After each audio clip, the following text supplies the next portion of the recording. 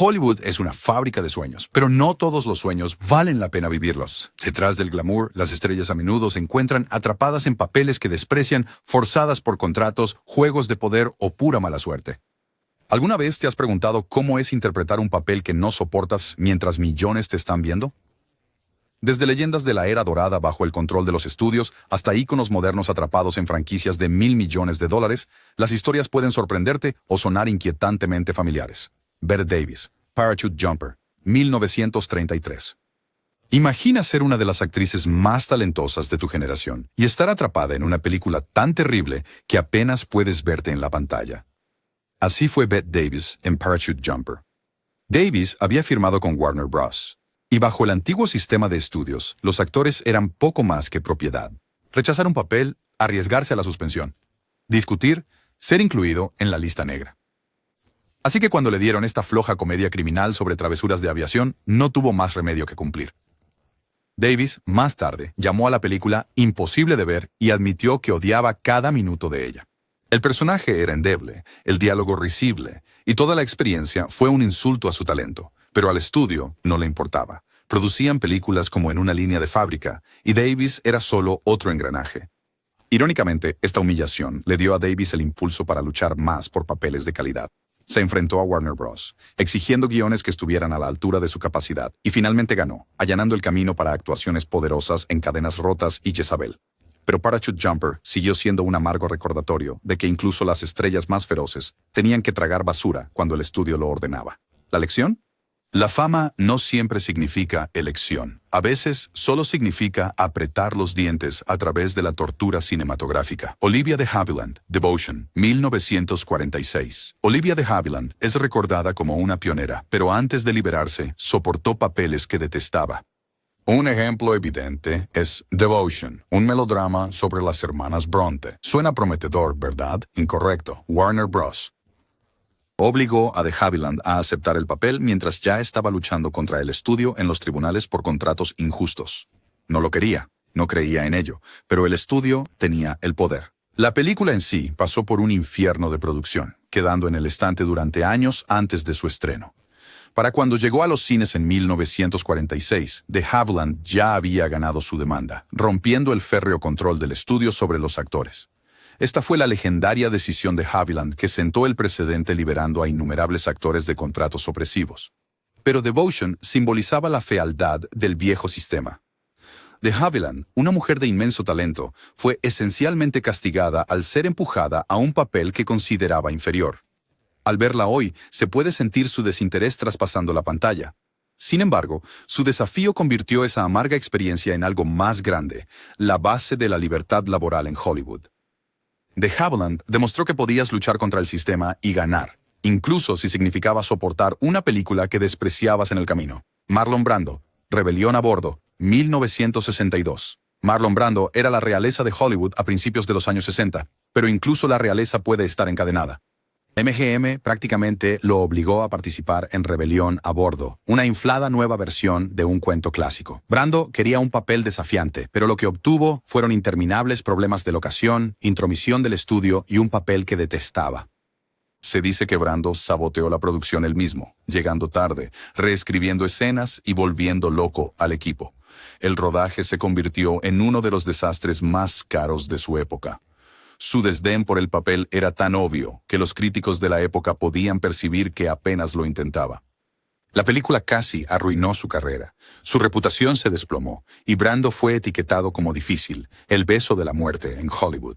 Pero, fiel a su estilo, a Brando no le importó. Más tarde, dijo que toda la experiencia le hizo cuestionarse por qué actuaba en absoluto. De una manera retorcida, el fracaso de la película solidificó la leyenda de Brando como un rebelde. No tenía miedo de quemar puentes o de señalar las tonterías del control del estudio. Rebelión a bordo pudo haber sido un naufragio cinematográfico, pero expuso cuán impotentes podían ser incluso las estrellas más grandes cuando un estudio movía los hilos. Christopher Plummer, La novicia rebelde, 1965. Pensarías que protagonizar uno de los musicales más queridos de todos los tiempos sería un punto alto en su carrera, ¿verdad? Incorrecto, al menos para Christopher Plummer. Elegido como el capitán Von Trapp en La novicia rebelde, Plummer odiaba cada momento. Pensaba que el guión era una tontería empalagosa y apodó al proyecto el sonido de los mocos. Lo que lo empeoró fue la imagen que le impuso.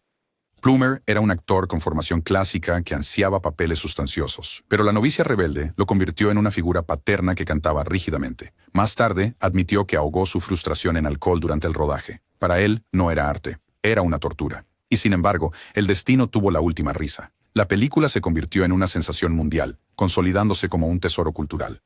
El desdén de Plummer no importaba. Al público le encantaba.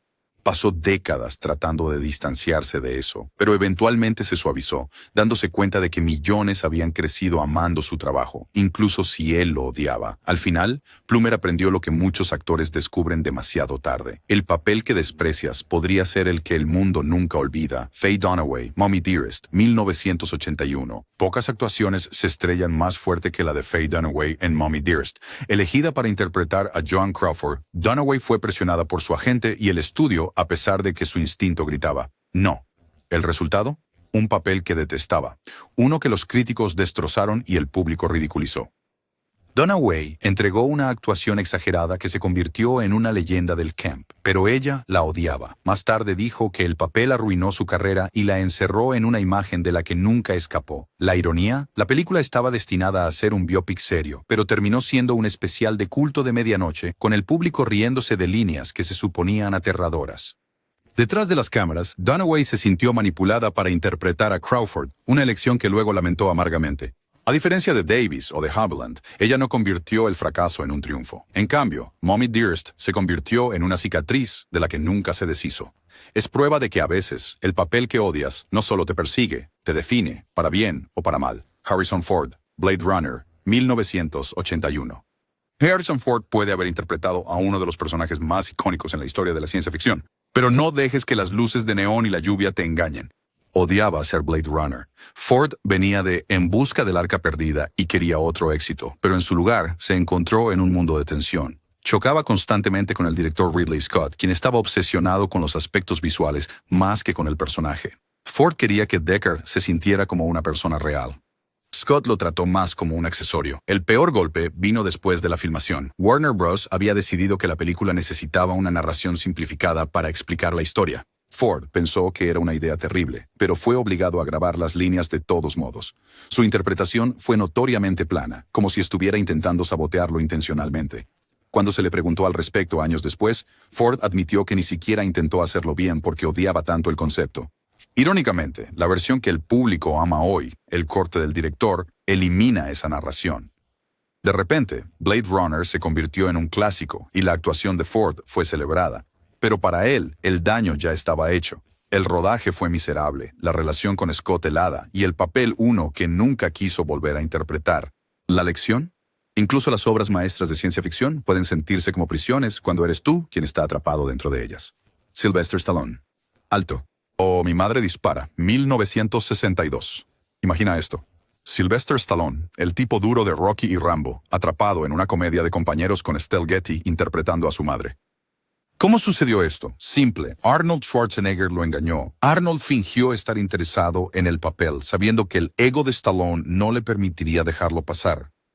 Efectivamente, Stallone se lanzó, pensando que le estaba robando un éxito a su rival. Gran error. La película fue un desastre. El guión era cursi, el humor doloroso, y Stallone estaba claramente incómodo todo el tiempo. Más tarde la llamó, quizás la peor película de todo el sistema solar. Eso no es precisamente un elogio.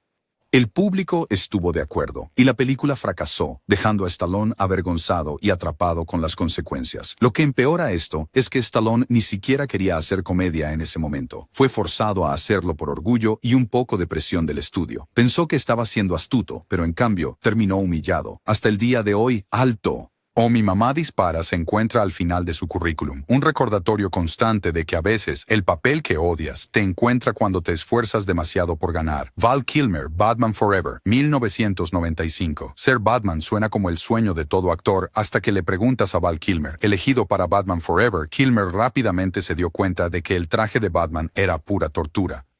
Era rígido, sofocante y tan restrictivo que ni siquiera podía escuchar a los otros actores. Las conversaciones en el set se sentían como mímica a través de un vidrio. Añade un guión que tendía hacia lo camp y un director, Joel Schumacher, que chocaba con su estilo, y Kilmer estaba miserable. Más tarde dijo que interpretar a Batman era como estar atrapado. dentro de un ataúd de goma. El papel no le dio espacio para actuar, ni profundidad emocional real, ni oportunidad de mostrar la intensidad por la que era conocido en películas como The Doors o Heat. Todo se trataba del traje, la apariencia y el merchandising. Kilmer odió cada segundo. Después de solo una película, renunció. Schumacher afirmó que Kilmer era difícil, pero la verdad era más simple. Kilmer detestaba ser reducido a un maniquí con capa. Los fans podrían haber querido que regresara, pero Kilmer no tenía interés en continuar. Es prueba de que a veces, el papel más glamuroso en Hollywood es también el más asfixiante. David Cross, Alvin y las ardillas, 2007 a 2015. Ahora, aquí hay un caso extraño.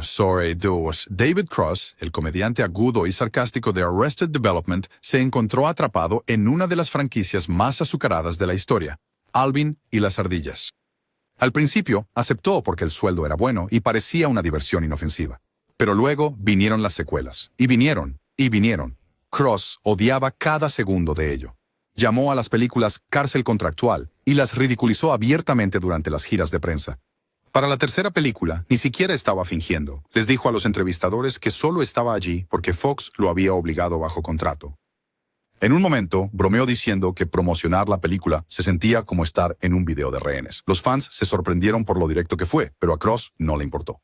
Las películas hicieron millones, pero para él fueron desvíos embarazosos que no tenían nada que ver con el tipo de comedia que quería crear. Es un recordatorio de que los contratos pueden ser cadenas y a veces ni siquiera un comediante experimentado puede salir de ellos con una broma. Channing Tatum, G.I. Joe, El origen de Cobra, 2009.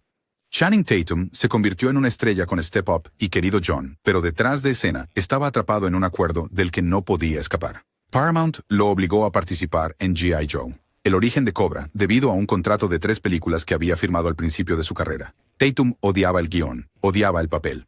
Ni siquiera quería estar en un comercial de juguetes de acción disfrazado de película. En entrevistas admitió sin rodeos: me empujaron a hacer esa película. Su falta de entusiasmo era visible en pantalla, y los críticos destrozaron su actuación rígida. La película fue un éxito de taquilla, pero para Tatum se sintió como una traición artística. La sorpresa rogó al estudio que mataran a su personaje en la secuela y lo hicieron justo al principio. Así de desesperado estaba por salir. La historia de Tatum es la clásica trampa de Hollywood.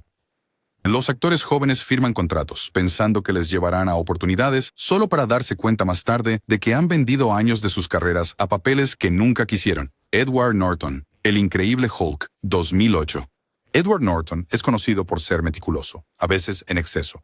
Cuando Marvel lo contrató para El increíble Hulk, pensó que estaba firmando para tener la oportunidad de reinventar al personaje con una historia más oscura y seria.